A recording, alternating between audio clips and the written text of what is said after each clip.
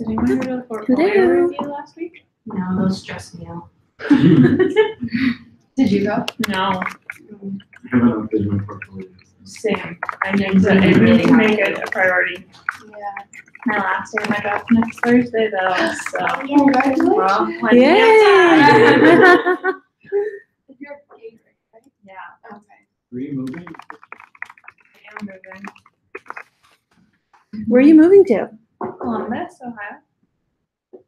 Okay. Yeah, moving in with my boyfriend. We just signed the lease. Oh man. Does he have a job there or something? Yeah, he does. At least one of us. Yeah. So are you gonna look for freelance work, or what are you thinking? To at least start out with. I may end up, I don't know, because it's a pretty small design community there. Is it? Yeah. Yeah. It's from at least what I know. Like there's not any like big design firms or anything. There's like a couple, but not really. Yeah. So yeah. Sometimes that's the best way. Yeah. Yeah. Yeah. I'm gonna at least take like a week or two break. I need some vacation time. Yeah, you should. Yeah. Seriously. I'm excited. Very At least excited. 1 week off. Yeah, that's perfect how I time feel. for I have a bachelorette party I'm going to. Oh, Great. nice. This is all perfect timing. Yeah. That's nice. Yeah, finally. Unemployed. Unemployed. Hopefully not for too long.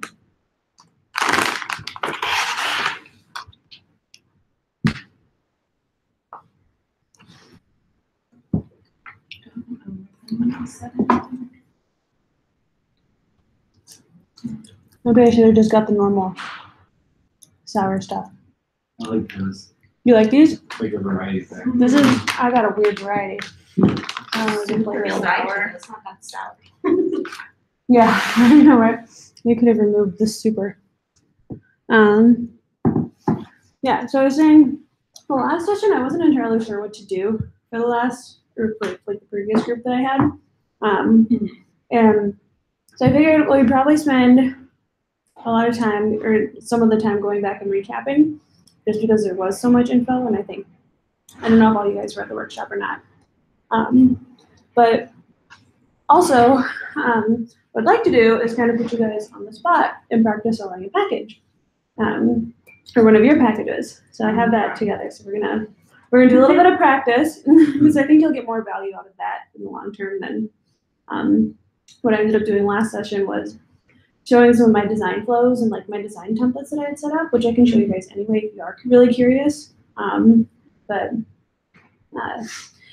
again, it's like an hour and a half really isn't that much time to be able to go in depth and like open up the program and like show you guys everything. So who knows? Okay, well, we're gonna wait for Jenny to get, and then we'll get started. But I'm gonna go grab some water first. Everyone's stuck out there. Yeah, I'll go check quick. So That's that's okay. What happened? I You closed closed the big thing. Yeah, they closed the I gate didn't at night. even know it was an option. Oh. So it looks like, get into yeah, here? so it looks like it's not even like. It looks like you're just dead end, and then there's like a freshie. Is that what's Yeah. right there? It's like. Yeah. Usually they wait until like 6. Oh. I'm going late. Yeah. You're always here late. Yeah. You're always here when they closed it already. Yeah.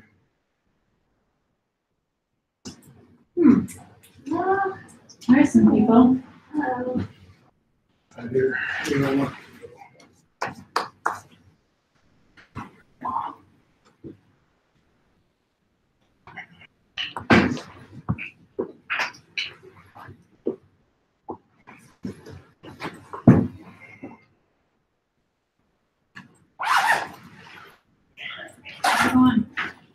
Hot.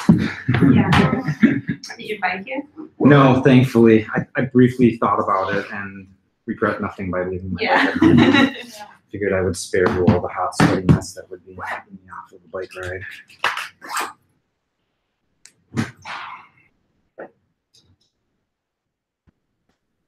Today was just a mess in general. I worked really close to Ogilvy. Like, Oh, yeah. it was a mess. went to go get lunch and I was like, this is a bad idea. Just go in the building. There was like a piece of luggage found. I think it ended up being just a piece of luggage. Yeah. They like shut, there were like a million. I had more problems walking through people taking pictures of how many fire trucks and like policemen there were than actual. And then like they evacuated it, so they were just on the sidewalk. Did you have to be evacuated from work? No, I was far enough away. I think it was, I don't even The first think two everyone in floors, the I think. whole building, yeah, it wasn't the whole Yeah, I think it building. was the first 2 floors that we There were a lot of like workers there, like people who worked in like a food place or whatever, so like there were all people wearing big uniforms.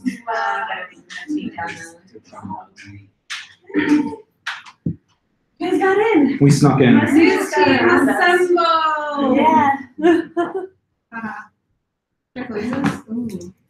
Yeah, let's close it. I brought some candy, so you guys have to eat the candy.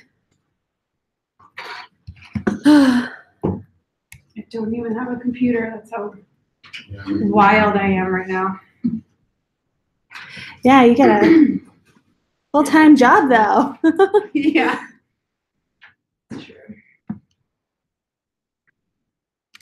Okay. I have to show everybody first, so. Oh, hi, you made it. I didn't, the doors were shut, so I just checked, I just went and checked and found Jenny outside. So did you just sneak in? Okay. Honestly. Yeah. Good. You guys are, I applaud you in being able, being able to do that. So I have to stand up there. Someone come get me. Yeah. There were lots of I Do you know, have I was people surprised too. Not right now. It's also how I take attendance. I go back and look on the video. So I always forget to pull it up now, and I don't want to. So. Good idea. Okay. So our last session, you guys. 10 weeks goes by fast. So we have a couple things that we are going to cover. We're going to start off with. I saw this on. Did you guys go on Reddit? I spend way too much time on it. This is one of their get motivated quotes this week. So if you get tired, learn to rest, not quit. Which resonated with me, so I thought I'd share. And then Umka's blowing her coat. So she's doing what? So Samoyeds blow their coat. Does that mean shed? Yeah, so all dual coated animals, like big dogs like this, how they have like the longer fur and they have a shorter undercoat. They shed their undercoat to help them cool down in the summer. But that's just like one rib section of her. That's not even her whole body. Yeah, you brushed Yeah. that, and that's what or it just came out. No, you brush it out. Oh. But you can sit down now. Like it's not super well because I brushed her mostly. But you can sit there and just go like, it like drop it. It like yeah. I would So- be very allergic to your food right now. Well, Samoyeds are technically hypoallergenic because they're dual coated like this. Their coat is so thick, like no dander can really get through unless they're shedding like this. But otherwise, the rest of the year, it's like 2 weeks out of the year that she's like the rest of the year, my cat shed more than her. Oh, I'd really be. I'm worse with cats. Yeah. Anyways, I've never seen that How before. big is she? that picture, I mean, it's zoomed in on her. She's only 40 pounds. Oh. She's all fur. She's probably like if she's sitting, her head probably like comes up to just below the table. Oh. So yeah, Very nice. yeah, she's all fur. awful. Okay, so we're gonna start off with just a little bit of review and go back and highlight some of the things that we covered, and let's maybe treat this more of like a Q&A session than anything. So like if you see something that jogs memory or jogs a question, then just jump in and ask. And then tying it all together, I wanted to talk a little bit about scaling and how, I know this is obviously how to freelance, but if you wanted to consider start bidding on are starting to bid on larger projects where you're obviously charging the clients a lot more, and then how you can start putting those bids together and how you could potentially fit in that picture. And we could talk about the pros and cons of staying as a solopreneur or trying to scale and build a team. So. Homework review though. So last week, we assigned you to write your first email templates and your first sales funnel. Do I have the templates on here? Oh, I don't have the templates on here. So I think there are 6 templates, and they're just things that you'll end up using all the time. Again, I know they're on the later slides, so we can go over the templates later, but did anybody get around to doing homework? You did? Did you set up a sales funnel too? I did not. Okay. And to be fair, I did not get through the kickoff email or the end of project email, but Okay. I wrote about 3 or 4 cold lead emails. Yeah. Are they targeted to different types of people? Kind Or? of, and just phrased differently, and I don't know. Yeah, they're not really targeted to different like types of clients, I guess, but just phrased differently. Some of them talk about like pricing up front, and some of them are real short, like couple sentences. And Yeah, like a long version, a short version, and then, okay, cool. Did anyone else write some templates? I started like the cold email templates. Okay, yay. Yeah, they'll be helpful. And then I use, personally, the one that I use the most of my templates is for setting up proposals, because it's the same email to everybody after you've already had the onboarding call, and then it's like just a recap of the conversation, and then the bullet point list, like, hey, it's great talking to you. Here's the 3 things that you'll be receiving from me once the proposal is signed, and I'll list it out. So it'd be like the invoice, the invite to Google Drive, and then the project management tool.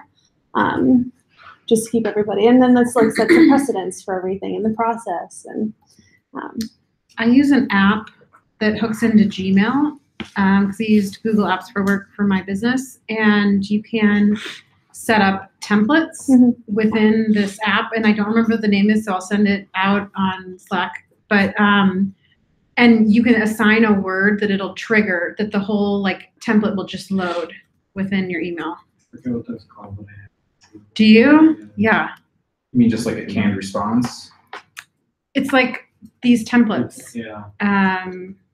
So like it was actually annoying. I had to change my trigger word because every time I said follow up, like an entire email would like load into my Gmail. But what is it called? autoresponder? No, because it's a CRM a little bit. You're open to. Yeah, I use it primarily to track when people open my emails. Yeah. Yeah. The heck is it called? It's okay. I'll We figure got it out. time. We can figure it out. Okay. And then, so sales funnel. So essentially, figure out where you're sending leads to, how you are capturing them, and how you are responding to them. Simple 3-step process. Does not have to be complicated. It's as simple as adding a subscribe to my blog on your website, just so that there's a place for you to direct traffic to. Okay. So in review, this is going way back to our first session where we talked about the 4 Ps of freelancing. So portfolio, price, proposal, and platform. So portfolio, don't get stuck, put something online. Otherwise people are just never going to find you if you're in perpetual design phase of your portfolio. And it's always going to change. You're always going to be updating it. So make sure you have a portfolio online. And then if you guys are curious and pushing your portfolio further, you can come back for the next session for AIGA and go through the actual portfolio review session where you'll spend your 10 weeks focusing on that. But for our instances, just have a portfolio. You're designers. I trust that it will look good. I see no issue with that. Pricing, and I think we've kind of covered that pretty thoroughly at this point. But don't be afraid to talk prices and numbers, up your value. Double your prices by the end of this year if you haven't already started upping your pricing. Have you guys done that yet? I've increased my pricing. Yeah. And I was talking with one of my friends about doubling your challenge to double. And he was like, what? Yeah. And like, because we have like friends who have been freelancing for years and they don't even charge Yeah. as much as I would end up charging if I doubled. Yeah. Well, Like, well, the only way to find out is to try. I guess. Uh-huh. And then how do you know when you're charging too much? When they're not booking you, you know? Yeah. That makes sense. But I think the bottom line to that though is making sure that you're including, like you're really portraying your value behind the dollar amount that you're charging the clients. Because if they don't understand your value, then they're not going to pay you. Right. And then always charge up front. If possible, charge everything up front.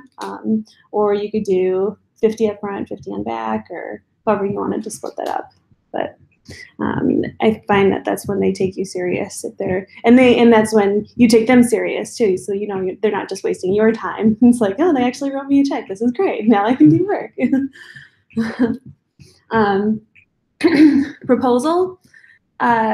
So you guys now have a super awesome, hopefully all have this set up, a super awesome, seamless, productized 10-minute proposal process that you can put together for your proposals. Yes. I don't yet. You don't yet? Okay. Did you get the template? I had shared the template. Yeah. Okay. I'm just really behind on That's everything. okay. So. Yeah. This is so much work. This is not just freelancing. You are setting up a company and putting all of these processes in place. So trust me, you're not failing by this is not a graded class. Right. Yeah. Actually, had a question about proposals for like ongoing contract work. Yeah. And how you handle that with like your point system. Do you like give an idea of typical point expenditures for the type of work? For instance, I have somebody that's interested in like hiring me on a like retainer for website work in the future and stuff like that. So I would just take that. It depends on what they're looking for. In the times that I've done the reoccurring proposals, it's just like, it's 50 points per month, $5,000 per month. And then this is the task that I'm going to be working on. And then if there's obviously anything that goes, it's called flexible scope is what it technically is. Yeah. So if there's anything that like goes way outside what you're not supposed to be doing, then I would definitely push back on them and be like, look, this is what we originally agreed on. Is your fine print section a little more robust than what? So I don't do anything different now. Okay, it's still the I just same sort of expand proposal. it and I just say this is going to be on a monthly basis for the next 6 months or however long. And then that's why you usually set a like this many points minimum per month kind of a thing. Yeah. Yes, minimum. And then if you kind of already foresee that there's going to be other things that may pop up that'd be outside your retainer, then you could like just list those as like a menu of items additionally. So you're focusing on website stuff and say they want a PDF design, you're like, okay, great, that's 2.5 points. Just so they like see everything.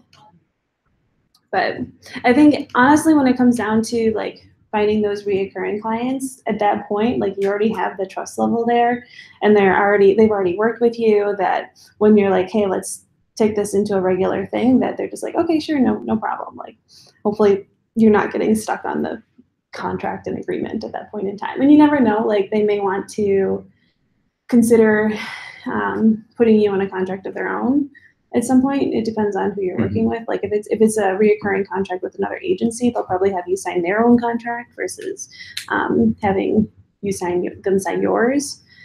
So just every situation is different, but I've never actually done a special agreement for reoccurring projects. The thing to watch out for is the minimum and like what to do if you don't work that many hours because you keep asking for work and they don't have enough work that they agree to. Yeah, just make sure they're just like, somewhere well, I'm in not paying your you for this because that's not what you agreed upon. So you don't roll over points or anything month to month? I tried doing that and it was just a big headache. Hell no.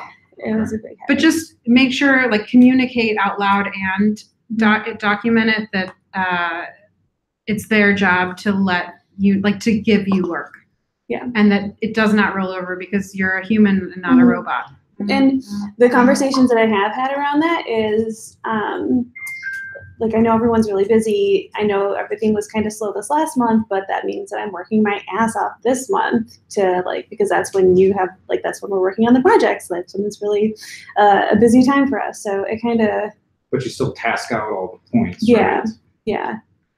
So I'll still task it out, or I'll be added into their project management system, where it's the same thing. It's just tasked out on their end instead of mine. And you can choose like to work a couple extra hours if it was really slow, but they know they just needed to pay it. You know, it's like, it's up to you if you have that time and, you know, to sort of if you build that want relationship. to, if you want to make it like, if you want to make it more structured, if that's something that you're more comfortable with, and that also like, it does get kind of crazy with availability though, where if you have a really slow month and then the client, like, you didn't really work so much for that retainer this month, but then the following month it's like, oh, well, this is crazy because I also have these 2 other projects going on. I would try and make it more structured, if possible, and you could like add in those boundaries where it's not going to ever be above 50 hours a month or whatever that is. And you can communicate it as like a, when there's still, you know, it's a really good relationship and you're expanding on it, just saying something like, you know, if you are, you know, just to let you know, like, I'm going to lean on you to provide the work, and I will certainly check in and ask to meet the minimums or whatever, and say, like, we can set up a weekly call or whatever, and just have it be really, but like a memorable conversation, so that at the end of the month, when you've checked in once a week and asked for work, and just that month there's not going to be any question about, you know, your task list for that month when you invoice that amount, and there's some unused hours that month. Definitely, if you are doing the larger reoccurring projects, make sure you check in at least once a week, I would say. Maybe more if you're not getting the work, if you're like working on a project with like crazy deadlines, and check in every morning on Slack and see if there's anything. Right. But my Slack is always open, so. Okay, and then platform, that's just, don't get stuck on the techno babble for things. I know you specifically kind of a different like challenge with that being 3D specific, but yeah, it's just know your audience and who you're talking to, so you can kind of hone in. Again, types of freelancers, so project, reoccurring, consultant. Like I said, I'd love everybody to be between the recurring and consultant, just because that's where things get sustainable, and that's when things also start becoming profitable. And the more you can also automate and automate your processes, the better. So another idea that actually we'll get to that on a different slide. Blue chip clients. So I believe I shared this PDF with you. This is from the workshop. So like, just to get you guys start thinking big picture. So what's your monthly revenue goal? How much are you charging? What's your hourly rate? What's the average number of hours per week? Where if you up your hourly rate and your revenue goal, say, is $5,000 per month, that you are actually only working 12.5 hours per week. And that is where the rest of the time comes in that you're going to be spending finding other blue chips and managing your marketing and doing your sales. And that's in an ideal world. Like, you may have to do, obviously, like more work in a week, but your hourly rate may be higher or lower. It depends. But and then another thing to think about is the size of your clients. So if you can get the larger clients, you can have just by 2 clients a month, you can be meeting your revenue goal. One thing to take into consideration, though, is that I would say 30 to 40% of this goes towards taxes and business expenses and what's the other? Sorry, I'm like major pregnancy brain. It's like I forgot my friend's name yesterday. Yeah, she was standing right in front of me, and I'm just like, hey, let me introduce you to, and I've known her for years. I would say the biggest point is invest in your business. Even if you just like, you know, invest in yourself, invest in your business, set aside calendar block Fridays that you're going to just invest in your business on Fridays. Like, I think the rule of thumb for like executives, for like big companies is, I don't know if it's like 20%. My dad told me this statistic, but there's a certain amount of time where it's like invest in your business, and don't forget about that. Well, the point is to make sure that you have it saved aside for when tax season comes around. So you're not just like, hey, I made all this money last year and then I have nothing saved to pay for my taxes because it's all your own company. Yeah, and then also set aside a salary. So like whatever you're making, you have your salary, and then anything beyond that is what you consider, or you could start considering profit for your company. Okay, productizing services. So again, some of the benefits of productizing services are sold, your services are packaged, sold, and delivered just like products. It's a little bit easier for clients to chew. You can easily put together a 10-minute proposal process. You can start automating. And then when you use points, you can so easily push back on clients when it comes to things like another round of revisions. And I even did that this last week with a client who I was doing a presentation, and I clearly stated in the last email, I'm like, this reps and this concludes our presentation project. Like, just so you know, anything going forward is going to be an additional half point for edits. And everything that he was asking for is like, oh, he could easily have gone in. It's a Google slide presentation. I'm like, if you want to delete the image, delete the image. Like, if you want me to do it, okay, I'm going to start charging you $50 for it. But saying it like, I'm going to charge you an additional half point. And then he's just like, oh, thank you, I appreciate it. And, don't be scared to push back.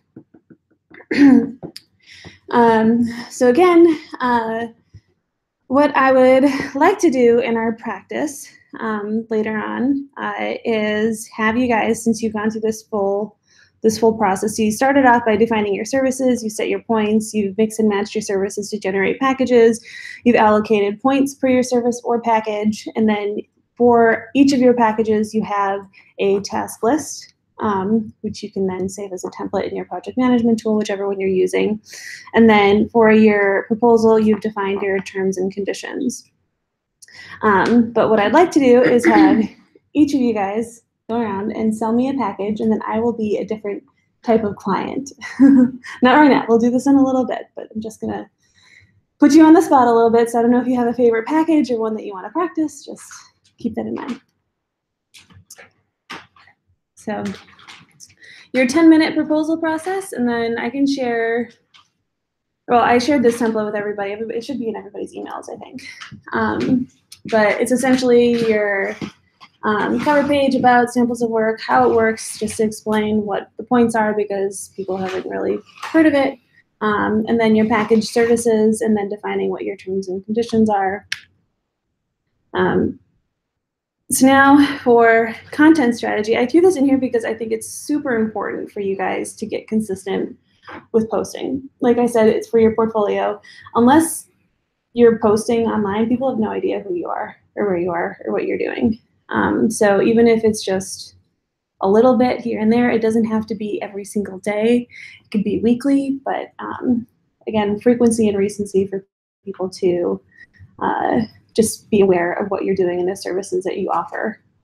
I can't tell you how many times I was told when I was talking to a new client that somebody referred them to me, and then he or she looked at my Instagram, and then they looked at my website, and just loved the feeling that they got from my Instagram and the vibe and it didn't even need to be what they were looking for. It was like they just like loved.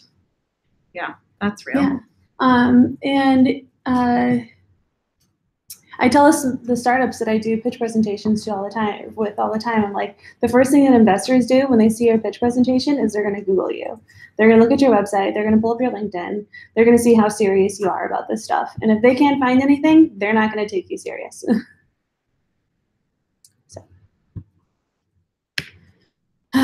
So again, a user growth journey, and how you can build the relationship from people not knowing who you are to getting them on the upsell and eventually turning them into a reoccurring client. So you want them to not know who you are, and maybe they found you through Instagram, and then now they know who you are because they stalked your Instagram, and that led them to your website, and you have the first level connection through whatever sales funnel you have on your website, aka a subscribe form, and you got him or this client subscribed to your subscribe to your website and you send out an email blast, a recap of some of the projects that you just worked on, which then leads to them hiring you for a project. And then from the project, you get them on the upsell, and the upsell, they're recurring project now. But little by little, and it takes time, but it's worth it. Here we go. Here's your email template. So cold lead, warm lead, rekindle the conversation, proposal, kickoff, and end of project. So I also use rekindle the conversation all the time, and I can have that set. I use HubSpot for my thing, or for my CRM, so I can set those timers to respond to emails. So if I send out I don't know, say like someone just emailed me an inquiry and then I responded and they didn't email back. Well, let's rekindle the conversation, and that could be sent out 1 month, 2 months, 6 months after the conversation. And then end of project, and this is the one that I suck at the most, just because things just kind of like, they're very, very rarely it's like, and we're done, thanks. Where I have a Google form when I do send this out, and where I just ask for feedback. And generally it's really positive, but it's also a really good way for you guys to get testimonials to put on your website.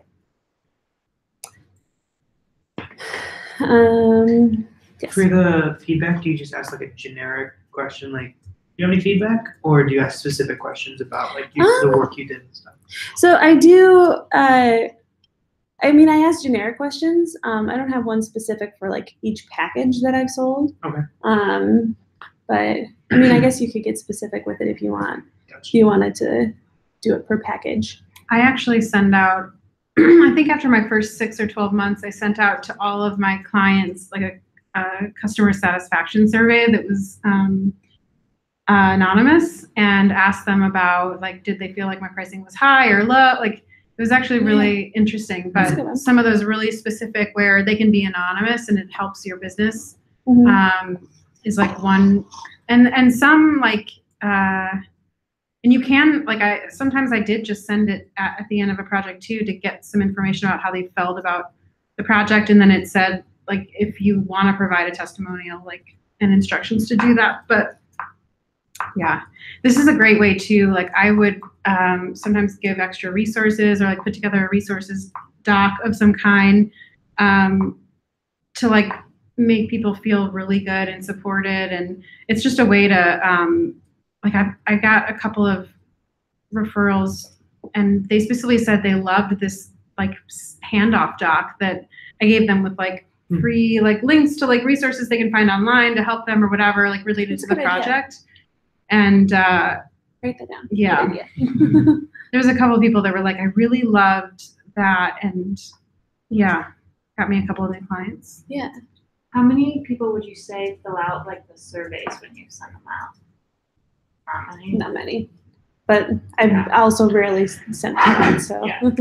And for my type of customers, like, it's mostly, and I'll follow up and I'll say, this means a lot to me in my business. And it depends on, I build a relation, like my clients are so different than like Katie's, like more medium-sized, small to medium-sized businesses. So it just depends on like your client, like how like strong the relationship is. You can get that feedback, you should, because that's only going to help you. I just don't go out of business is bullet point on the right. Just don't go out of business. But I think I put that there. I think that is specifically to say that it's kind of like a last man standing thing, where now that I've been around for a couple of years, like I said, leads have come back to me from like 2 years ago.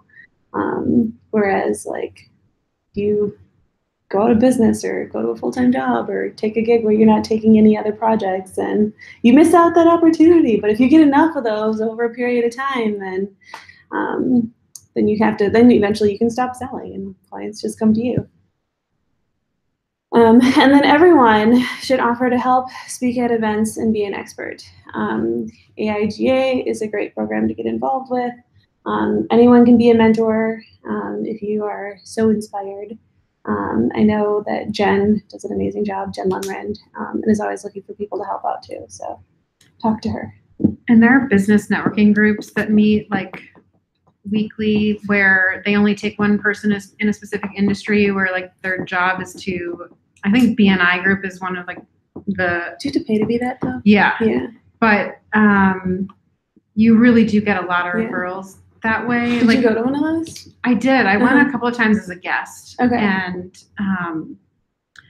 they really refer and they like follow up on like who they're referring to and like did it result in anything, and but it's just a great way to like get out of the home office and network with people and keep like your presentation of yourself and what you do and your elevator pitch fresh and but there's other ones that aren't as expensive. It was $400 for a year or something though. Yeah, they have like breakfasts and everybody would get together and they'd have like just one accountant and one lawyer and one realtor. So you're not inundated with like 50 realtors and nobody else. Everybody needs this kind of like stuff. Like everybody needs a website. Everybody needs a graphics. Everybody's trying to sell and promote themselves and communicate. So like you stand up, you give your pitch, and then you literally just like pass your box of business cards around from table to table to table, and everybody gets everybody's contact information. What is this called? BNI Business Network International. It's one of the bigger ones. Yeah. There's like virtual, like the Veranda or something like that, and there's like a virtual women's. Is there something? Yeah, which is different, but some groups are like better than others, I think. Yeah. Oh, for sure. And there's a million of them. You got to find your crowd. You know, find what works for you.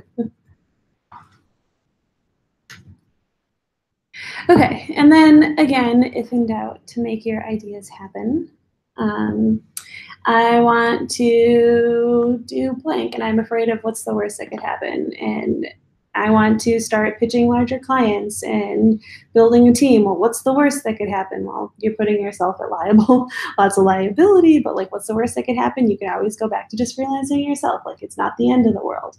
And then if freelancing doesn't work, you can always go back and find a full-time job. So things can happen. And then realize this looks like the best option for me and I can do it by, and then release, I'm doing blank because I'm not afraid of what could happen. I think that's the biggest hurdle that you have to jump especially when you're working for yourself is, I have a point book that I've been working on and I've been sitting on it for the last week and I'm like, oh man, I just need to send out this email to my email list. I'm like, but I don't know, like, what's the worst that could happen? Like, I just need to go back and constantly tell this back to myself and just put the affirmations out there that like, it's okay, everything will be fine no matter what happens.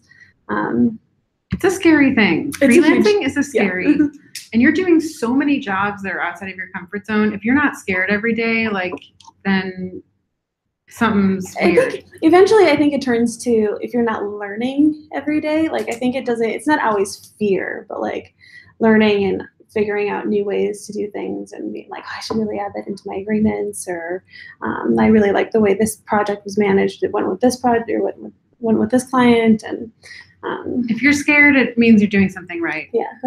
Especially at the beginning. Mm-hmm. Not fear in a bad way, but just fear in like this is new and exciting and a little bit scary. Yeah. Yeah, exactly.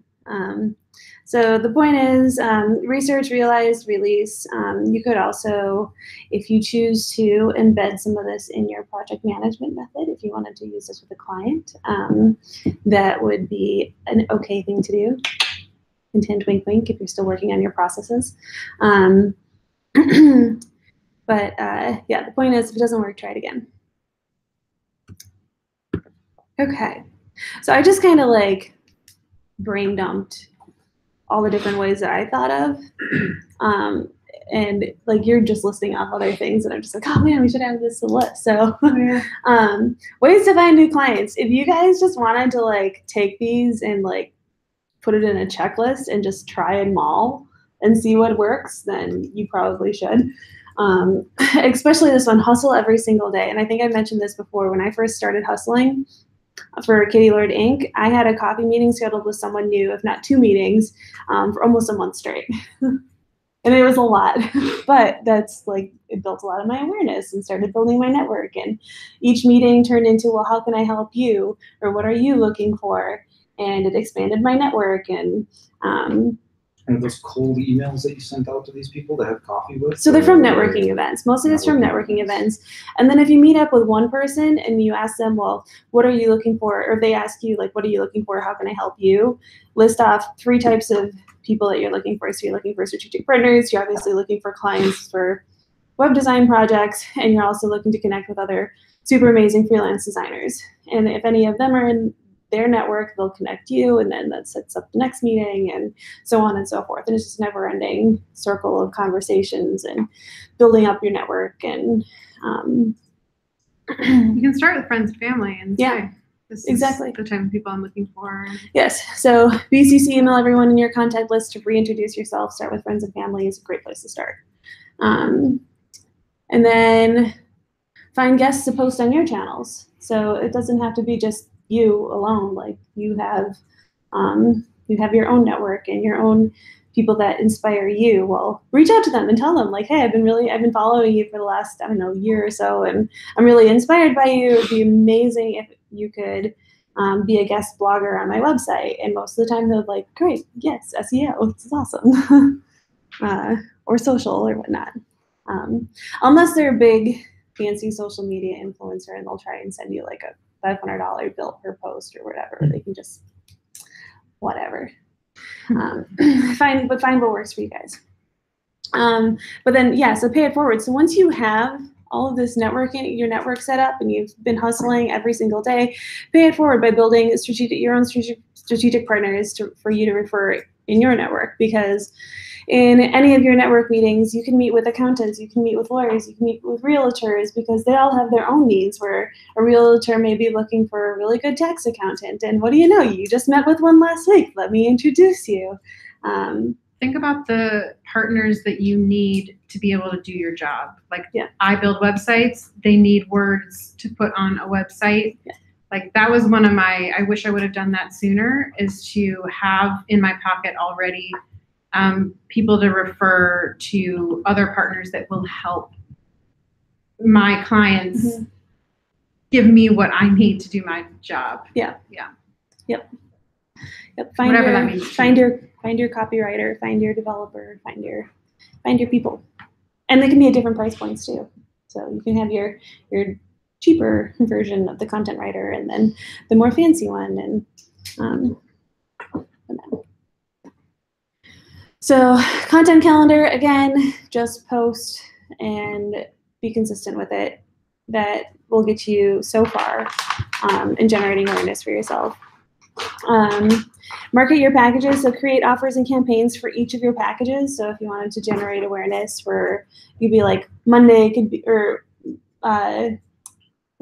July could be website month. You just promote everything about websites. Maybe that's where you just feature on all of your channels all of the websites that you've done in the past, or websites that inspire you, or web designers that you have been following, and create these campaigns to generate awareness ultimately for one of the packages that you're trying to sell. And then you should also add this to your task list. Cold call 3 new clients each week and ask for work. Start a business. How many people have actually like sat down and cold called for hours before? Not for business. Not for business.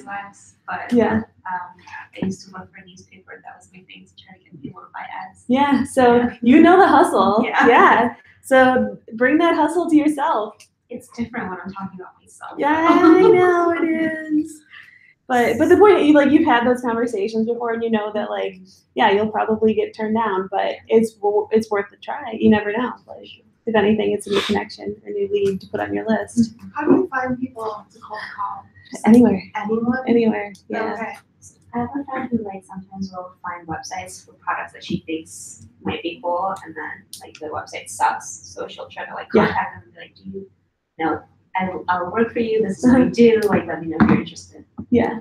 Okay. Just Yeah. randomly finding stuff. I get them all the time for companies that are in India trying to build a strategic partnership with companies like me, where they look for designers, and they obviously do the app development side of things. They're like, well, we'll develop it for you, and like cold calls all the time.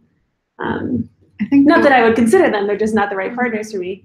But if you can make like some kind of connection or have it be like a warm, like I was reading this article and it was talking about this and I came across your website and this is, and be like really human, be like, this is so random. Like, I'm sorry to contact you out of the blue like this. I don't know if you'd be open for coffee, and like copy and paste that email. Yeah. But like, I would say start local if you're going to do anything, because then if you do get them on your hook, the next thing you can do is like, great, like I'll be in your area next week. Let's meet up for a coffee. if you just had like a great client experience with a type of client, like think about other clients in their industry and name drop if it's acceptable and makes sense and isn't like too show offy or like would help you. But like that'd be one way to like create a list of people to. Yeah, if you want to be like niche specific. And also like you can say when you're offboarding a client, can we put like 15 minutes on the calendar to, in 30 or 60 days, I really want to follow up and make sure it's doing what you hired me to do. And I'd love to just like, and usually they're like, yeah, and that's amazing. And then you can get sort of a verbal testimonial that way. And then ask them, do you know anybody that you could refer me to, like at that time, especially if they're happy. Yeah. Do you ask to talk with the specific calling? I mean, you just talk to whoever picks up the phone. Yeah, I'd be like, hey, do you know who manages your website right now? Or it depends on the size of the company too. It could be anybody. You think that like the CEO would do it, but like maybe it was like their front desk girl that manages everything with the website. So I had a cold email when I was selling software for Fortune 500 companies and I was trying to get the social media director at like American Express or whatever. I would email somebody in their department or in like has like a social media, like something that like their title is relevant. And I had an email that said something like, this is what I do, or something really, really like 2 or 3 sentences, but I'm looking to speak to the person that does this, this, and this. Is that you, or is that somebody you could refer me to? I saw, this other guy and just like looked on LinkedIn and be like, was that him? Or Yeah. Use LinkedIn to stalk the titles of people before you cold call the companies. And just be really apologetic and real. Like I did really, really well being super human, especially like if you do decide to take the plunge with the phone, which is kind of like kicking it old school these days, and just being yourself. Like I literally got some of my biggest, 6-figure contracts by cold calling and being like, this is so weird. Like, I'm so sorry.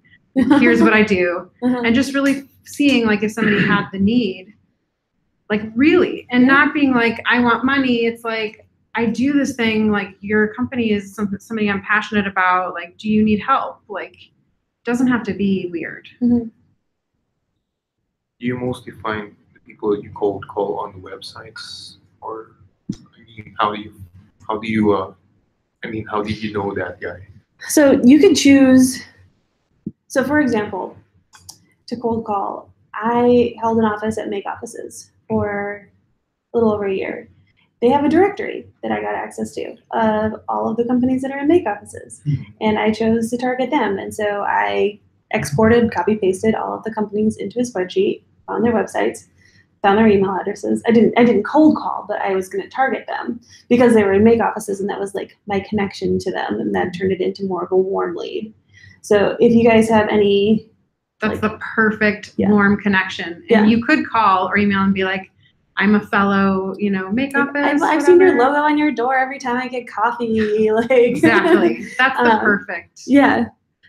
So when we say like be specific, like a niche, and like find your audience, like start thinking about things like that you guys could find. Like being a member at 1871, you get access to the full member directory at 1871. There's, granted, there's like 2,000 members, 3,000 members at this point. Yeah, and they're startups, so they may not have money. That might be a waste of your time. Yeah, yeah, I think so. Those are more for SEO. I was doing that before. Well, like where I work, like now, like we get a ton of cold calls just from like agencies or whatever, and people like trying to be like, hey, how can we get in front of you to like work? And I know like my boss specifically just declines all of them. Yeah. We'll just like hang up on them because there is no sort of point of connection to be like, hey, even like look at this. So I think it depends, but My VP of sales, he would meet with somebody that had a clever, like interesting, like Yeah. if there was Need something that, but he Yeah. would decline. Yeah. If you call them and be like, hey, how would you like to like save $1 million on your ad revenue this year? You're like, then they'd be like, okay, let's talk, you know? I feel like It's different with always- design, but I always get the cold calls from like the financial advisors, like just Yeah. dialing random numbers. And they're like, the last one was like, are you Yeah. retiring in the next 10 years? I'm like, no. go I away. mean, it's Don't Don't waste- waste my time. but- That stuff ticks me off. No. And then I think I mentioned this too, so I have my calendar on my website, and those India companies will book a time on my calendar, which is my sales calendar, and that ticks me off to no avail because that potentially takes away time from my sales calendar that I could potentially have with an actual client when they're trying to pitch me their services. So don't do that. And I tell them that every single time they call. Most of the time it's just like some like dude on the other end. He's just like, like he's just doing his job. I get that, but like, come on.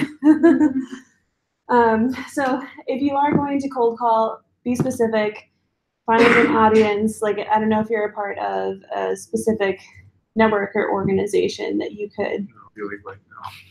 well, there's lots of, Only yeah, and AIGA, so, yeah. yeah. But you can search LinkedIn for people that are part of associations Mhm. and something as broad as AIGA or something like that, or, you know, that you've been a part of something.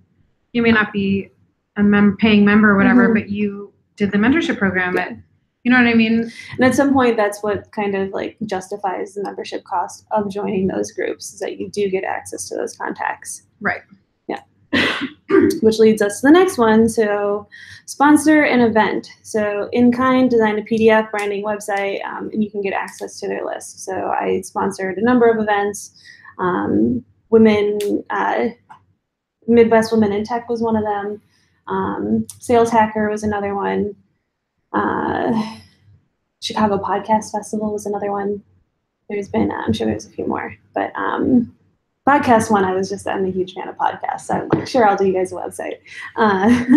But the Midwest Women in Tech, and then the Sales Hacker conference, like both of those, I just did little design pieces for them. Actually, no, I did all the branding and the website for the Midwest Women in Tech. And that ended up not being worth it, long story. Make sure to document what you're doing though, so that you can refer to a scope of some kind. Yeah, because that one got kind of out of hand, because what ended up happening is they ended up not appreciating. Again, you give away work for free, they don't appreciate the work that you are doing, and they don't see the value of the services that you're providing. I'm like, I have given you probably $25,000 worth of services, and you are showing me nothing for it right now. So, anyways, I digress. Oh, that makes me so mad. But if you do find that a way to build your list and get those contacts is potentially to do an in-kind service where it's in a network or an organization that you're motivated to get involved with. And most of the time they'll love the free work, unless it's like I would say like a higher level event where the sponsor, like Tech Week, like you can't just do in-kind services for Tech Week and be listed as a sponsor at Tech Week. They're going to charge you $10,000 to be a sponsor, because they do so much promotions, and it's a national network and whatnot. Other things you can do if you wanted to create your sales funnel or create some premium content that is specific to the services that you're providing, is create a brand audit, a website audit,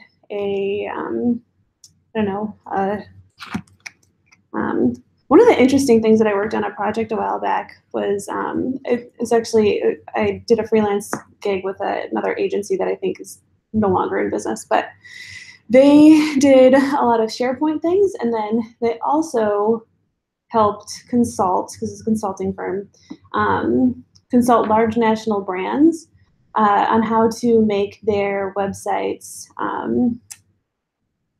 was it like 501 compliant or something? It's 501(c)(3). No, it's not that's nonprofit. It's like some specific level of compliance that their website has to be for those people who are vision and hearing impaired. and like because it goes all the way down into the ways that like the website is developed and coded for people to be able to navigate it. So smart. Yeah, right. Isn't that so They're interesting? So Um, be an expert on something. exactly. So like create your own like ADA compliance audit. Something niche. Or you can create something a little bit more fun and like just brain dump 40 points that you think could help people out for their branding, for their website, for their user experience. Would this be like a free service that you would provide to people? This would be like a PDF where I'm talking, you can just like, they yeah, download that. exactly. Not her points, but You could try and sell it. a list of I don't 40 see why items. not. 40 tip. 40 tips. 40 tips. Yeah. 40 tip Okay. Oh analysis. yeah, like not points like point book, but yeah, like just to like, because what it like people see that and they're just like, oh, she really knows what she's talking about. That's awesome. Like I can get behind her, and that like also is why you show case studies. And then if you do show case studies, don't. I just heard someone compare this the other day, like, and how people felt like if you tear apart your own work and then at the end of it, you're like, oh, well, my work is the best because, like, if you're going to do that, like, do it against other people's work, I guess, so that you can prove that you are the best based on your competitors. So don't, like, compare and contrast your own projects, per se, or you can just, like, do you understand what I mean?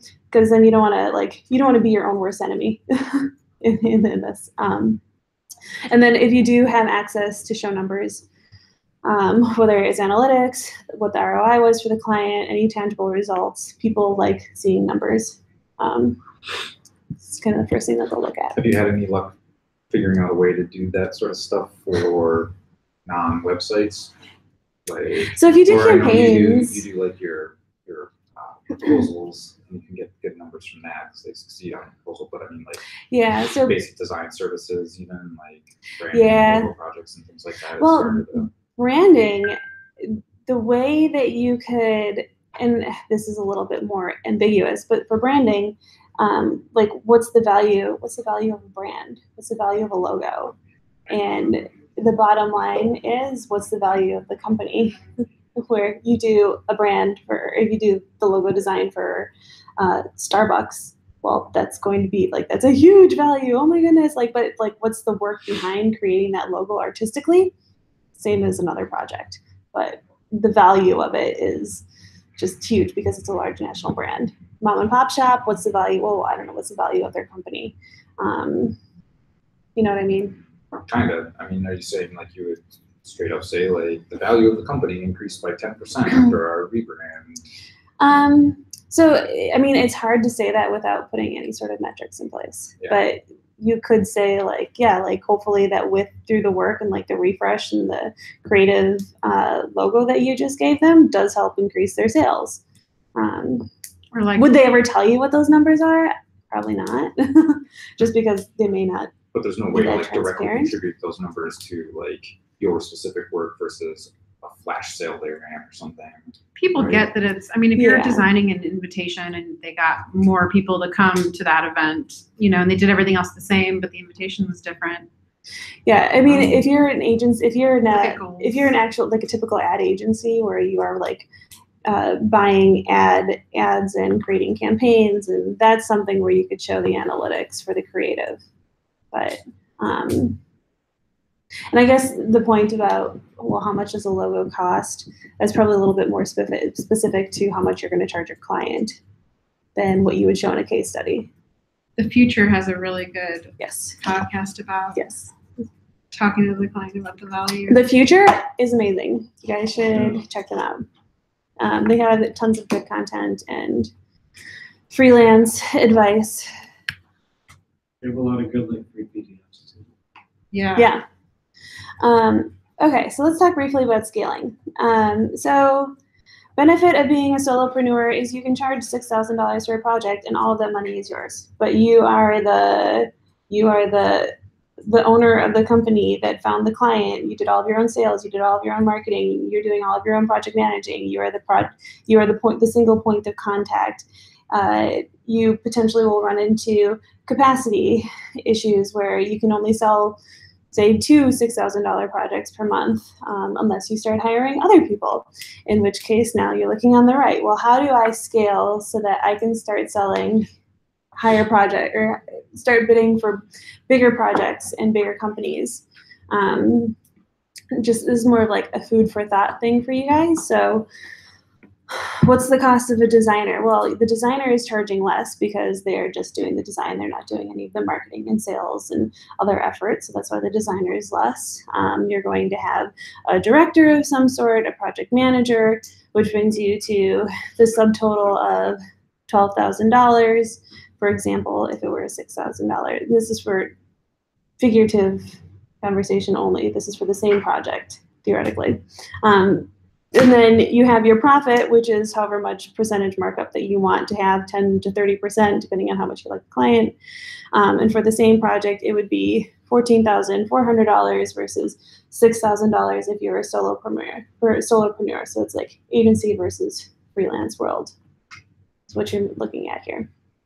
That is a different client. And it's potentially different clients. So there is a reason. I mean, if money is the biggest factor for the clients, then yeah, they're going to obviously go with the solopreneur who has the experience of, say, like the hopefully combined experience of these 3 people on the right, and or at least to some extent. And then the thing on the right, though, so your 20% markup, so that's what your profit is. So that's $2,400 just for getting the project, and you're not actually the one that's executing any of the work other than being the executive of the agency at this point. And then the designer and the director and the project manager, yeah, you're charging them $4,000, but that could potentially be for just 2 weeks. It's not for the full 4 months. So like they could take on 2 to 3 projects at a time. So instead of 14,000, it would be that times 3.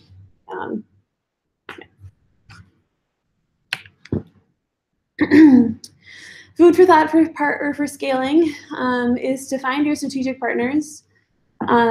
Once you find these strategic partners, you can start selling higher projects with higher margins. It's definitely a little bit riskier, where I would advise you to enter with caution when you do find these guys and start working with projects, or start working with them on, say, other things. Like say you are an actual, I call them the brokers. So like you found this client, you are now the point of contact for the client, but you're also kind of like the broker of the transaction, and you're now procuring your strategic partners, so like your designer, your developer, and whatnot underneath you to do this project. But may not work, especially if you've never worked with these people before. And the only way to find out is to try. So you kind of have to, again, like get over your fear paradox and take a leap for it if you do want to try it. And then I would definitely say try it for 30 days. Don't feel like you're locked in. Doesn't work, then just cut your losses and try again. Find a different person that can actually do the project. And it sucks if it does happen like that. So if you're working with a partner, like if you have a developer you've worked with before, would the client pay you and you pay your friend? Okay. Yeah. So this is how, yeah, exactly, because that would allow you to control what your margins are. Okay. Yeah. And then it sounds really great that you're $1 million company, but you're only making $5 profit. Or you could have a $50,000 job and you could have $20,000 profit. So things to just keep in mind when you do start having these scaling conversations or are working with strategic partners and you're worrying about margins, they do make a difference. And sometimes just to get the project done, you may have to eat into your margin cost just to get it done and get it right the next time. It's trial and error.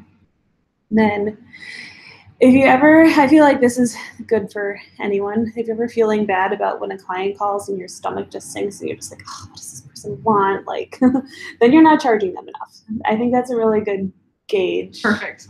To be like, I need to charge them more because this just isn't worth my time when you feel that way. And then selling points, again, sell your value, sell why you, sell with confidence. And then if you think you can't handle the project, there's always a good way to break up. And it's your job as the business owner, solopreneur, to raise the red flag and have those hard conversations before it just gets too fast. But when things like when you do start getting in larger jobs like this, that's when you most definitely should have your company set up as like an S corp or an LLC, because bigger contracts, bigger issues, bigger liabilities. You want to make sure that your assets are separate from your personal assets. Okay. Any questions about what we just recapped? No. Okay. Now I'm going to I put you actually guys. have one, but I just Yeah. forgot the question. Okay, that's okay. You can throw it out anytime. I had a question, just like if we wanted to like, 'cause I know you're starting this point book or something. If like, can we like link to you on like our website if we say like this is how we use like point books? Is that? So you guys can check out PointBook. It's pointbook.io. Right now it's kind of it's still pretty bare bones just because it's still so new. But yeah, that's a good point. I guess I could add like an FAQ page if people have like more questions on what it actually is. Ultimately, it's going to be a course that people can take. So, and I'd love to have your guys' feedback at the end of the session. I'll send out an email just to kind of hear your thoughts on what how our 5 weeks have gone together, because it's going to be not that unlike what I'm going to do for PointBook. So you guys kind of get the free version before I'm going to start charging people. Once you get it down, you don't need it. Yeah. Yeah. For the points, yeah, it really is. It's just it's a new way of managing projects. Yeah. Is what it is. And it's a personal choice. Like this is the way I run my business, and it just makes sense to me. And getting used to explaining it that way, you'll be good. Yeah. So, okay. So for practice, I would like each of you to, oh my God. Yes, to sell me a package. And once you do, you will receive one of my notebooks for being so brave and selling me your package. And also for coming to class over the last 10 weeks, because I know it's a lot of work and you guys have all worked really hard, and I'm proud of you, even though it seems like a lot. And whether or not you use all this information now, I hope that you'll use it in like 2 years from now, 5 years from now. Hopefully it's still relevant and sticks with you. Okay, so who wants to go first? Okay, so you guys send me your package, and what I'd like you to do is to read me the description of your package, how much it costs in points, this is just like background information for everybody, how long it will take to complete, and then if you have any special terms and conditions, so like if you have a surprise restart fee, like maybe just let us know what that is if you have this information, or you can just you can make this as specific or as vague as you want. And then these are the different types of clients. Well, Jenny, we'll rotate, okay? So see, you won't need it after this. We'll rotate. So like, I'll start first. So I'll start with budget conscious client, and then this will give you guys practice selling to different types of clients. Okay, who wants to go first? The person that's already sold a points package before, maybe? Sure. Okay. Not to put you on the spot or anything. And then we'll do this. Wait, we have until 7:30, right? 7. 7:30. We're doing it until everybody in the Until room does it. Okay. 20 minutes. Oh, 20 no. minutes. Sorry, I thought we'd have more time than this. Okay, let's go for it. Okay, sorry. So I'm selling you my new brand identity and new brand and business systems package. So that includes a fresh logo creation, basic brand guide for your company, as well as your essential business systems, business cards, letterhead, and envelopes. And basically, the logo creation is the beginning of it. There'll be 2 rounds of review and revision before we settle on a final logo. And then at that point, once we have a final logo for you, we can put together a brand guide, which will give you basic rules and regulations to implement throughout your company to make sure that you have a consistent brand from here on out and are utilizing everything to the highest capacity that you can. And then finally, we'll design brand systems for you, the cards and letterhead, etc. And you get 2 rounds of revisions with that as well. Okay. I mean, I think that sounds wonderful. I'm the budget conscious client right now.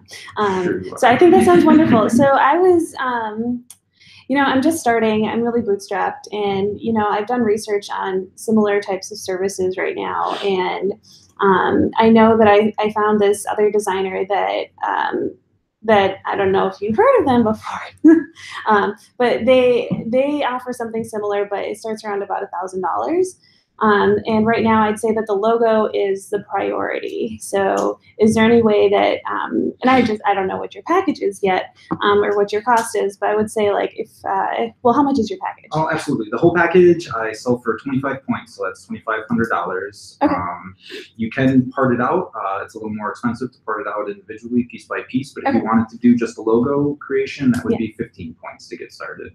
Okay, so points are, Points are what I use to allow for a little bit of a, I call it an agile point system, so that I can basically assign different tasks on your project a point value and then determine how much time and effort goes into those accordingly. And if things need to get jostled around, perhaps you want another round of review or something like that, we can reallocate points accordingly. Okay.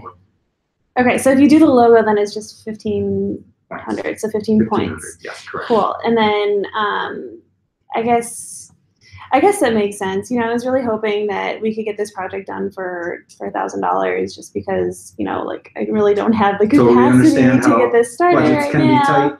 Yeah. I mean, if budget's really an issue for you, you can always go a cheap route and come back to me later on, I guess. I will say that I have over 10 years of experience doing this for people.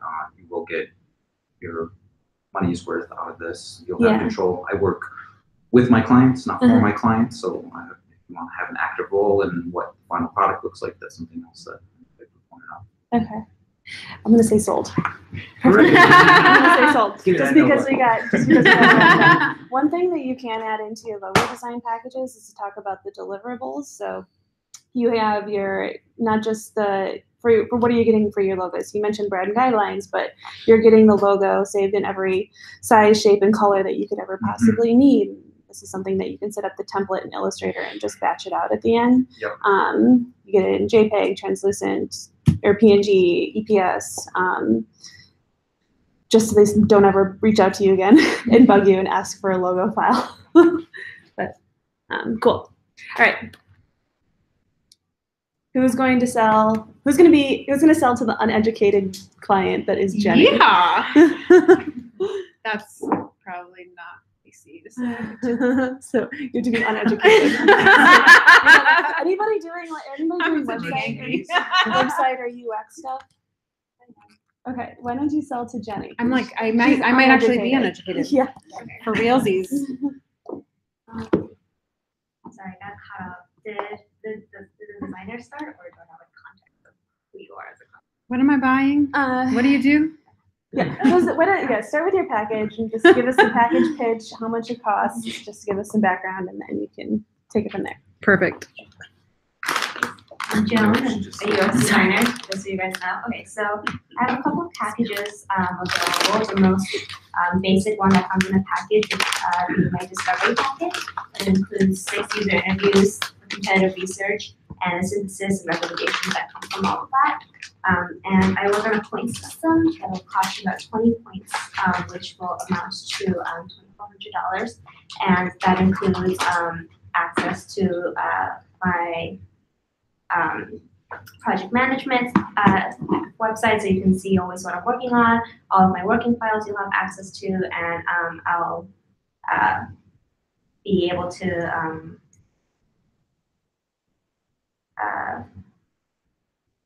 talk with you every step of the way. If you have any questions, I'll always be available to talk. I feel like I should not have said that last. Yeah.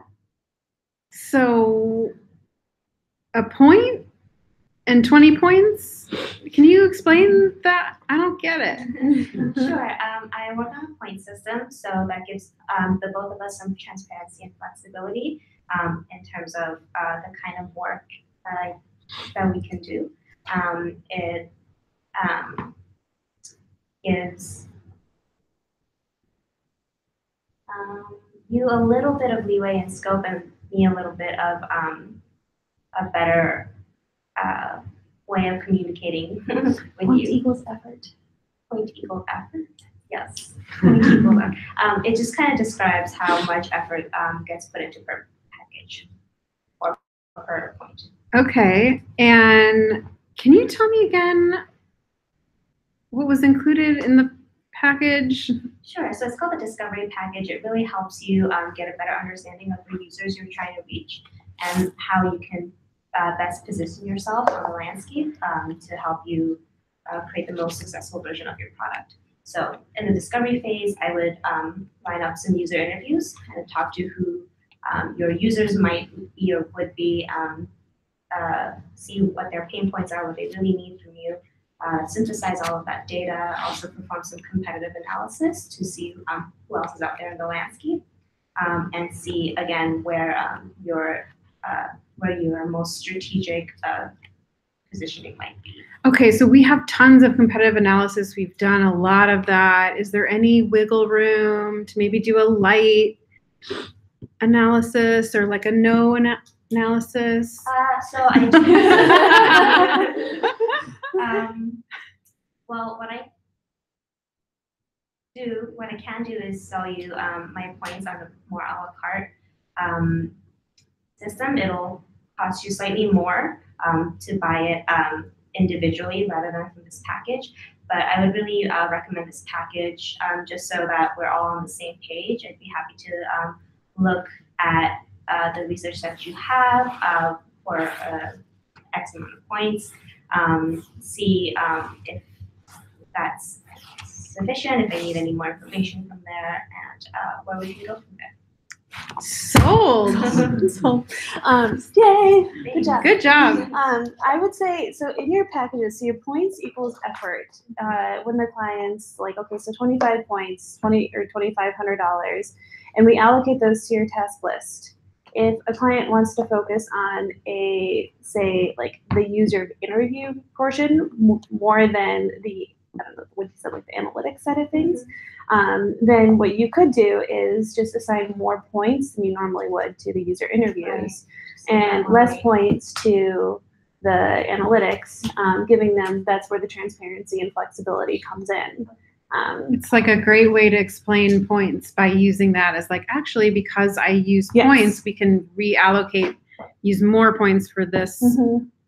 But that was also a really good segue into saying that you do offer the services a la carte in case they just don't want any of the additional things in the package. So cool. All right. Who wants to sell too big a project? So like the client is asking for, they got too much that they're asking for.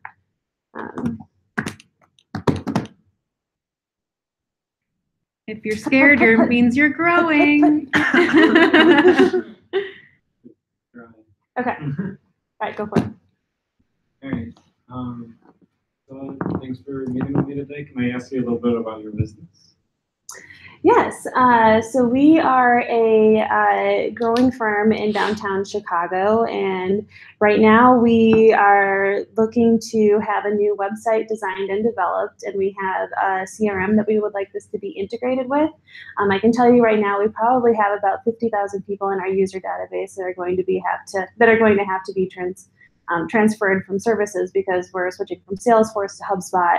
And along with this, we'll also have all of our ad campaigns that will need to be transitioned for the landing pages. And anyway, so I got a client. That's great. yeah. Oh my God. It's insane. So I noticed that you do design and some developments. Why don't you? Is this something that you'd be able to, that you would be interested in, or? Yeah, I do web development, and I do mainly work on Webflow, but I have used HubSpot a little bit. I have not done a project this big before. Okay. So it would take me a little bit to come up with a proposal to see what we could do. Okay. I do also have some partners that work in HubSpot a lot. Sure. That might be a better option for us to work with strategically on this large project. Mm-hmm. I am a solopreneur, so taking on something. Okay. No, that makes sense. So then what portion of this project would you be able to take on for us? I do website design. Okay. And then I could outsource the development and the HubSpot management. Okay. And transferring all your databases to Salesforce to CRM. Okay. So you're not quite the one-stop shop. But I'm not the one-stop shop for everything you're looking for, but I do think I can help you out in strategic design of your website. Okay. To make sure you're reaching the right customers and making sure that your website's really solving your business problems. Okay. Yeah. I'm gonna say sold. I don't want to go over a package because that one's a little bit more different because you will run into this conversation when you pass this on. You will run into these instances where it's like the client just keeps going and going and going and going and going, and you're just like, great, this all sounds amazing, but and you know they're not going to pay for it. That I could do this all. But if you have your strategic partnerships set up and you have your packages set up with those strategic partnerships in mind, you can come prepared for those conversations and solve for bigger projects. But then you just have to do your research and make sure you walk into the room that you're prepared to have those conversations and talk to any of those like questions and points that the client will have over it. Does that make sense? Yeah. So, because then rather than just taking, a lot of times, like if they are a larger client, they're looking for that one person to be able to manage all of that. Like the one point of contact is more important to them than price. So yes. You can say that you're the project manager. It would be a one-stop shop experience, and that you've worked with this partner before, and you have. And you'd say who your point of contact is, and then your job then would just be able to sell the value of the services that you provide to the client, like you normally would. It's like an agency. Yeah, it's like an agency because you have your partners that you're going in and you've baked in your margins to the pricing of your packages, and yeah. Question. Oh gosh. We were talking about in our little role play that you already have the competitive analysis and everything. Just occurred to me that I could have sold you the second package of like information architecture, wireframing, user testing, concept testing. How do you feel about like working off of like somebody else's like data that like essentially you're taking somebody else's jumping off point, right, and working from there? The projects? You just communicate that you are not like you can't you know that if the client feels good about the data and the what you're because it is the foundation, like you can I would use that disclaimer, like this is the foundation of everything that we do, like I can't vouch for if I don't do it, but I'm happy to spend maybe 1 or 2 points reviewing to see how confident you are. Yeah, you don't want to. Clients ask me that all the time. They're like, "Well, can I just send you what I have?" And like, I'm not going to open your files unless you're paying. Okay. Yeah. Cool. Thanks. Or even say like, "Well, you can do this package, but let's allocate 1 or 2 points to making sure we have everything we need first." Okay. You have a question. For like the too big of a project. Yeah. I mean, you could break that down into smaller packages, right? Like if you do all the things that they're asking, you just can't do it all like at the same time. Oh, There'd be no problem breaking that down. You have to manage their business expectations. Right. Okay. You have to manage your clients' expectations. The biggest advice that I ever had was learn how to manage your manager's expectations. Where if they're just like, and they would obviously, hopefully be reasonable enough to be like, I know that this is going to take a long time. And then you could set a series of goals that you could meet and how you'd achieve them together through what steps. And that is the perfect turn into a retainer client. Yes, that's more of like an agency or record type of conversation where they're going to pay you like $50,000, $100,000, $500,000 a year, whatever that is. Okay, I'm trying to go fast, guys. JJ, why don't you go? What is yes? JJ and JJ. It's gonna upsell. So how are you going to? So you guys have worked together, and now you're going to upsell Jenny. Gotcha. Okay, so we've already worked together before. It's been great. Oh yeah, absolutely. She's already sold. Oh man, it's good to talk to you again about working together. It was really great last I missed time. you. Oh, I missed I you miss so much. working together. I get it. I do. So the last time that we worked together, it was on a menu that you had for your restaurant, and now you had this new thing that you were telling me about. Could you tell me a little more about what you were thinking, though? Yes, I'm trying to get more people in the door. I'm trying to create more buzz around this, new restaurant concept. I don't really know where to start, but I know that I want to do a lot of these things and I want it to look really good. Cool, that's great. Well, I have and you said this was a new restaurant that you just a brand new It's one? a new PB&J concept. Great. Sure. That's awesome. It sounds really hip. Yeah, it and is. I would they love grilled? to. Grilled PB&J. That's one of the Oh, one of the absolutely, concepts. I'm sure. Well, I've actually got a package for that would be great for what you're looking for. It would cover just your identity and how you portray yourself, and it could really spice up the PB&J enthusiasts in the area. And that would There's a lot of them. Oh, absolutely. I myself included. So that would include your logo and like social media outreach and just your general identity and aesthetic to really spice up the PB&J Emporium, which I think is what you told me the name was. Yeah, the PB&J Emporium. Yeah. And that would generate the buzz around around the I restaurant. just wish I could hire somebody. Like my dream is to hire a social media and marketing and designer in-house. I can't afford that. What do I do? Yeah, so we've had a really good relationship. It's really And good. It's great. And I would like to propose that rather than necessarily hiring somebody full-time in-house to manage those sort of things, you could work with somebody you already know, in myself, and we could you could bring me on as a consultant on a retainer sort of situation, and from there I would be able to do those things for you. Can I afford that? Because that sounds amazing. How does that work? I have no idea. I don't know. Yes. So let me send you a proposal. Let me think about how it Let can work. me think about how we can make this work, and I will send you a proposal soon. I still wanted you to say you could be the jelly to her peanut butter. The other thing you would say is You don't have to send. You definitely don't have to respond with pricing right away, especially Okay. if it's something that. but is you can ask custom for a like this. budget. You can. Yes. All right. Yes. Say that the biggest bang for your buck would be an ongoing and basis to continue to build that whatever. But you can say I know that hiring somebody at $60,000 a year is around $5,000 or whatever that is. Yeah. Break it down to them per month, what a salary range would be is a good way to put it in context. And say what is your, just to take their temperature before you spend a lot of time putting together a proposal. Right. Because if they're I have $1,000 a month, then you'll know more what to put in the proposal. That makes sense. And you win. Yay. Sold. Sold. Okay. We'll keep going. Does anybody have to leave right at 7? 7:15. Okay. Well, all right. So then let's do you next. All right. Oh, God. So I'm the unresponsive client. Okay. So we've been working together.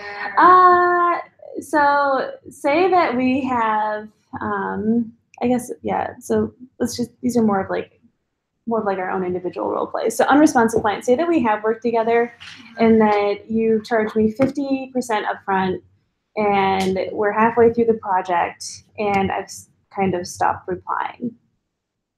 Okay.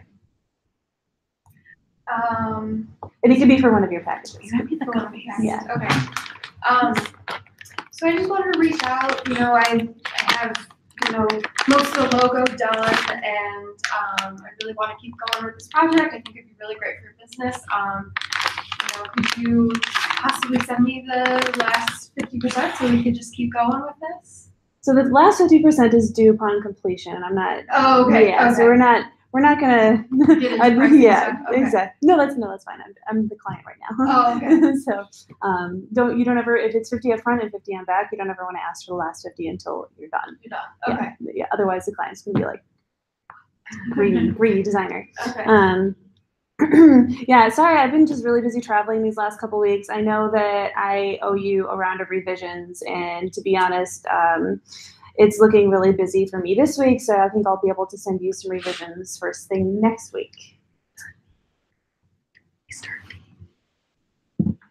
Oh. Keep going. No. So Okay, does that work well- okay? Well, we're gonna have to push back the timeline a little bit that I already set up in the proposal.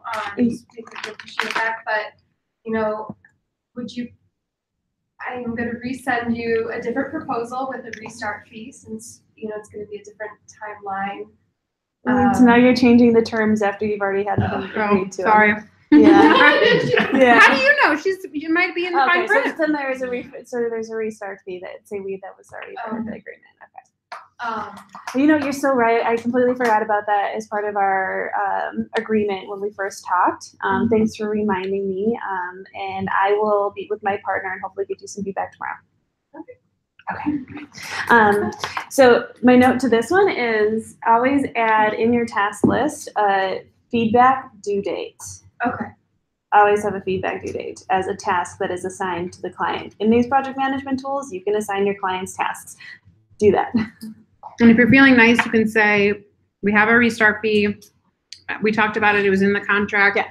I'm willing to waive it if you're able to get me feedback by tomorrow end of day. There you go. And if It's just a tool to use to. a couple weeks to get you the Whip them feedback. in shape. Okay, and then you'll just have to push back the rest of the day. Stay positive and also Yeah, say, push and back. if you need more Because time. it's still going to take you time to do the rest of the Right. project. You're just waiting on their feedback. Yeah.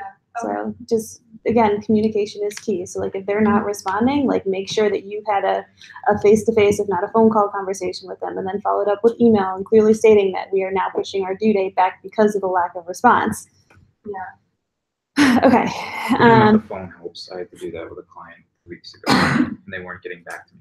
I must have sent 5 emails, and I Yeah. placed 1 phone call, and 10 minutes later I had what I needed to. Yeah. I ask people if the project has been canceled, and I get a response almost immediately. But that's Yeah. because it's at work and Yeah. they're not charging extra. But I just, Uh-huh. when they haven't responded in like 3 weeks, I'm like, so I just want to make sure this project is canceled so I can move on to other ones. And all of a sudden they're like, Yeah. oh no, I have all this feedback. I'm like, Oh, oh, okay. Yeah. My dad Tricks. used to have a design studio, Mhm. and he told me this email that he used to send out, and like, I was like, oh, we've fallen out of contact for one of these 4 reasons I'm imagining. And the first 3 are like legitimate reasons, and the 4th one is like, you're trapped under a rock and you can't get to your email. Like, and Yeah. then it's because it's funny, it usually like Cute. gets a response. Oh, But- that's cute. Add a sense of humor. I had to give my client like options. It was like option A, like we restart whenever you want and you pay $500 or $700 or whatever it was, or option B, like you get me this by this date and we still had to push, but blah, blah, blah. Or C, like you've paid for everything we've done so far. I don't need to do any more. We can stop now, Mm-hmm. you know? Okay. Out of your wheelhouse. I'll Who go, I wants to guess. start? You'll go? Okay. Yeah. And we just have you 2 left, right? Yeah. Okay. Oh wait, this is you. Client is out of her wheelhouse. Okay, so should I start by selling you a pack? Okay. All right. I'll try to do this quick. Do you want me to start with something really weird that's out of your I don't know. wheelhouse? Yeah, Yeah, that's give some kind of what I background. was Yeah. thinking. So hi, wait, what is your wheelhouse? Any print-based designs, like Print-based web-based would not be. Okay, cool.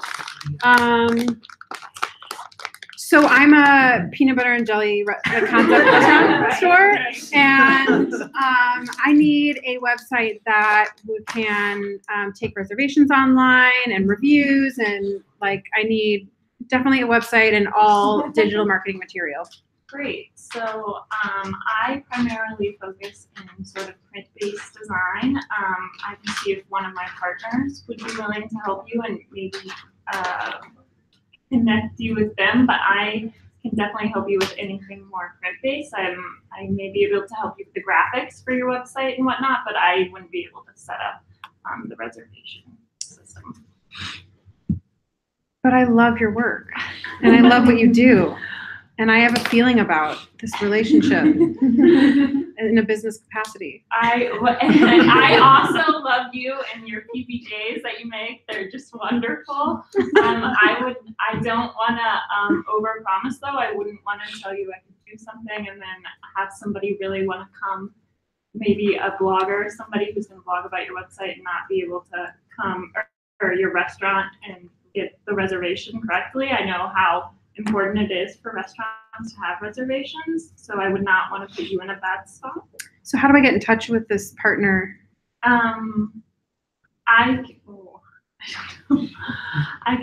Would that be something I could say I could give them their information, or would I So say how- would I then leave? However you have the partnership set up. So you could pass it along for free. You have 3 options. You can pass it along for free, just let them Okay. deal with it. You don't want to Okay. be involved with it. Yeah. You could pass it along to them at a percentage charge or at a Oh, flat rate charged. Okay. So $100 per referral fee. Yeah. And that'd be charged for could- your partner, not the. Yeah, for your Yeah. partner, because you're sending them work that you know will be done. Okay. Or you could be the single point of contact and you would manage the partner and the relationship with the client.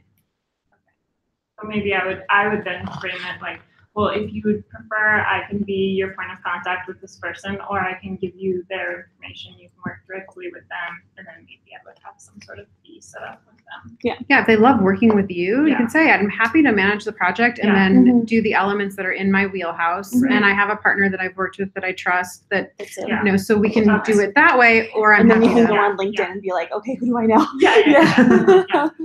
Because you also got them on upsells. So- you've done many Thank projects. you. And I would wait again to send pricing until you know what your strategic Yeah. partnership pricing would be. Okay. 2 more.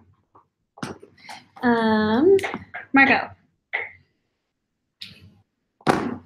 Actually, I'm not still done with this sort of proposal thing. Yeah, these have turned more into like just role play conversations and packages. So, I'll try my best.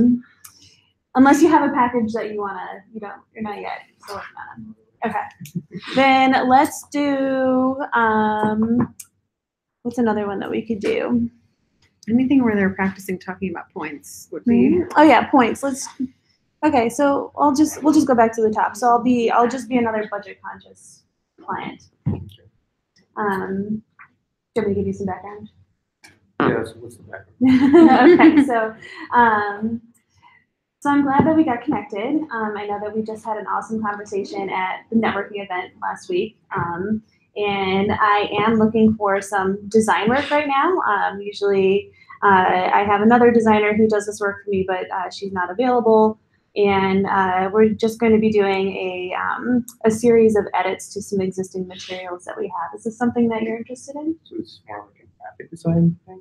Yes, Or, typical graphic design, like sell sheets, ads. Sure. So I actually am a graphic designer, and I actually do ads like brochures and for stuff like advertising collaterals. Yeah, so that's perfect. That's what Yeah, that's what we're looking for.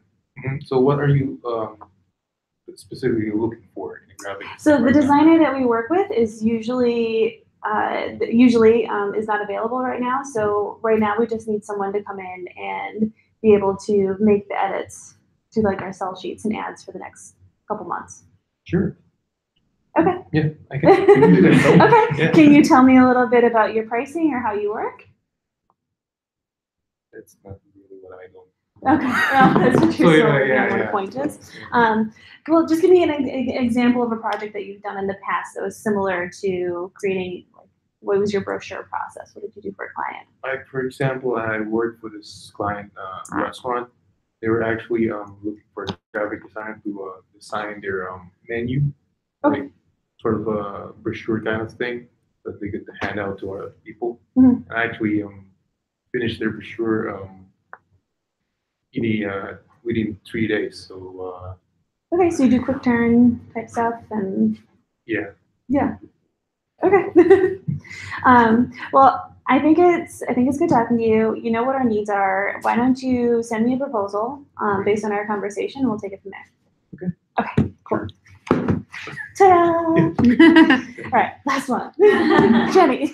Yeah, I also don't really know my packages very well. We sure how to productize it still. Yeah. Are you planning on using points or no?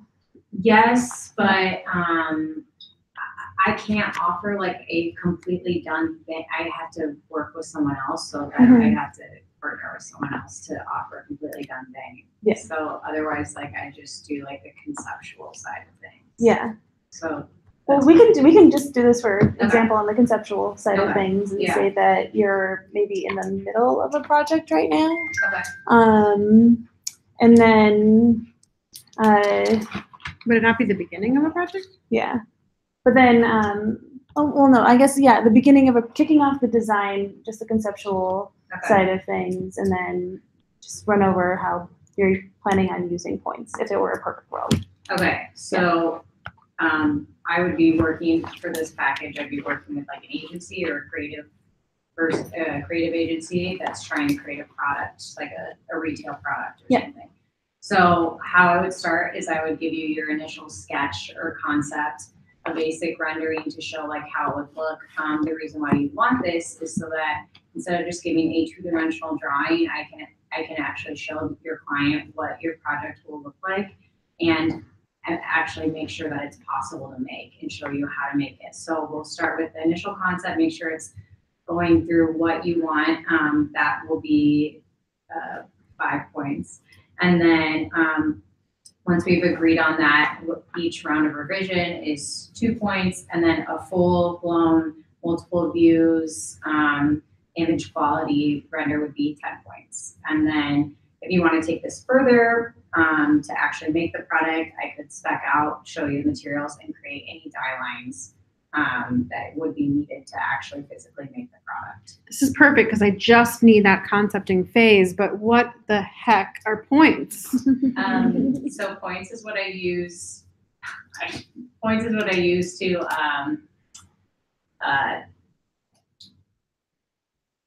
manage your project. Yeah, to manage a project.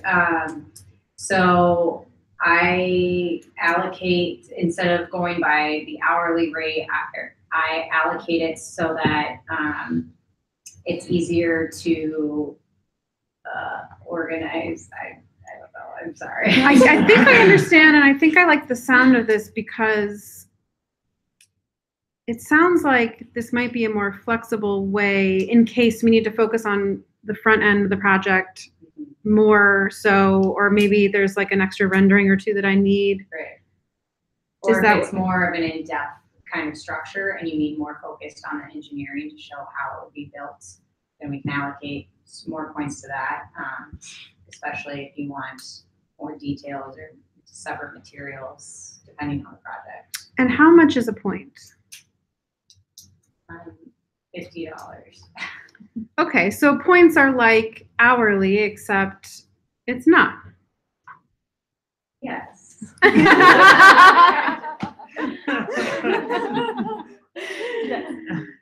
So points equal effort. Yes. And you're selling essentially a project cost that's flexible. Yeah. So based on everything that you just talked about, you have your project cost, which is the total number of points.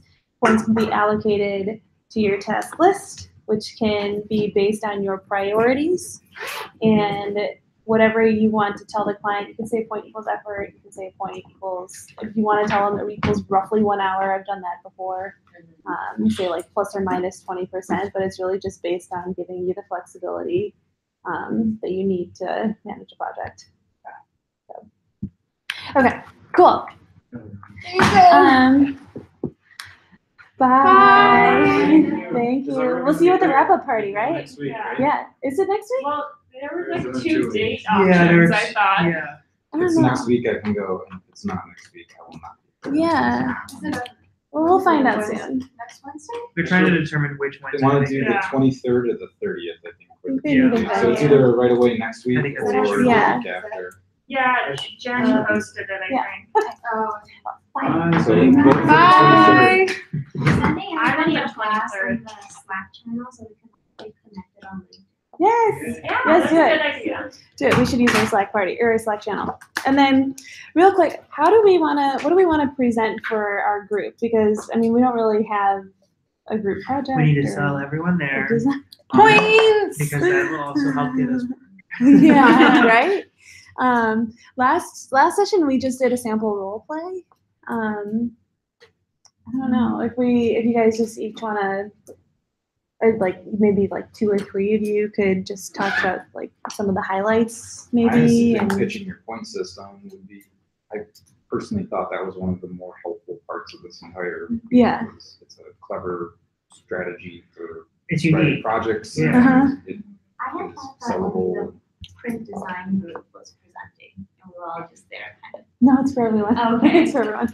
I know, but So they're weird. the only people that actually like have stuff have to a show. display. Yeah, Okay. because like they did Top print. shots. Yeah. I don't know what the UX people are doing. Maybe they have a prototype to show us. Who knows? That'd be cool. Yeah.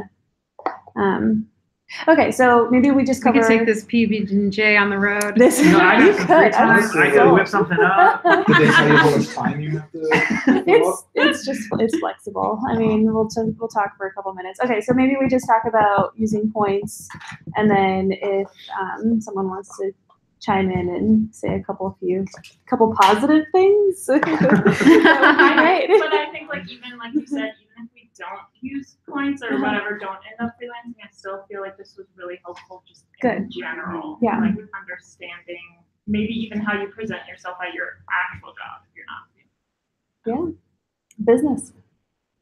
Business. Being an intrapreneur is just as real as an entrepreneur. It is. Definitely with my new job. Yes. Well, did this session help you, Jenny? Absolutely. Yes.